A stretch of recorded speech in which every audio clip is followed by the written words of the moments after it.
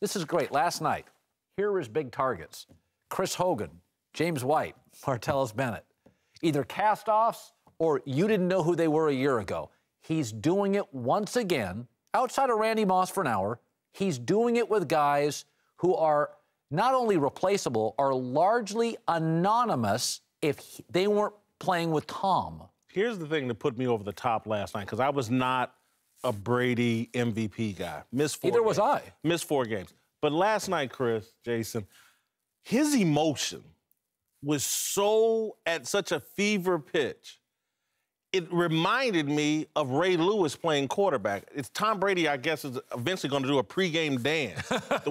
And his emotion, I think, is him trying to push this team that he knows is shorthanded to another level. I think he knows he's close to putting his exclamation point on his career and establishing himself as the greatest player of all time. It looks so strange from a quarterback, does it not?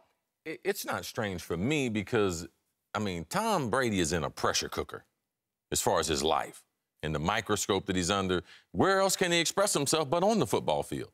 So I wasn't surprised at all. It was nice to see because I know it's natural. I know guys who are close to Tom, and he is the ultimate competitor.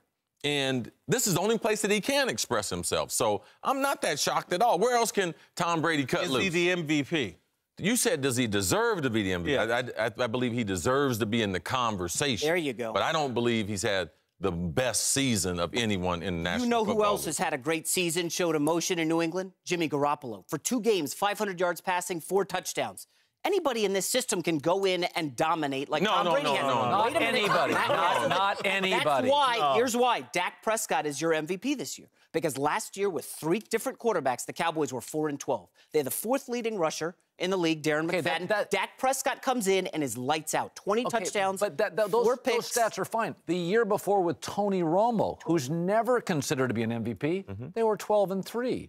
Any good quarterback can produce numbers. You're using Kellen Moore and... Well, if Dak Prescott's not there, like Kellen Moore was last year, Brandon Weeden... Guys, those are horrible NFL quarterbacks. I'm not saying Dak isn't good, but you can't give me a horrible quarterback and say, well, Dak's better than him. Yeah, they can't when play Tony at all. Romo was there 2 years ago, they weren't the number one seed in the NFC. But why is he never considered an MVP? So we're giving Dak, by the way, would everybody agree with this? This second, Tony Romo's a better quarterback than Dak Prescott. Now, I'm not talking health. Yeah, See the field, throw it down. I would say that. Yes. That's a reason. Yes. Right? So what I'm saying is, we've never even considered Romo MVP. Is some of this, Dak is young, it's new, it's fresh. We feel like we've got to include him. No, it's a nice story. But again, I want to go back to he's on Dak Prescott. It's got to be. Who is the MVP if not Tom Brady, who to me, no Gronkowski, a defense that's been torn apart, the guy's emotion, the way he's carrying this team. I've never seen this level of commitment, passion, and performance from Brady. I'm talking about from Brady with a team that's this flawed. Why not Tom Brady? Well, Tom Brady, Dak Prescott, Ezekiel Elliott, those are the 3 names at the top, okay? What Zeke has done is Give me a once pick. every 10 or 15. We make picks over here at FS1. I go with Dak.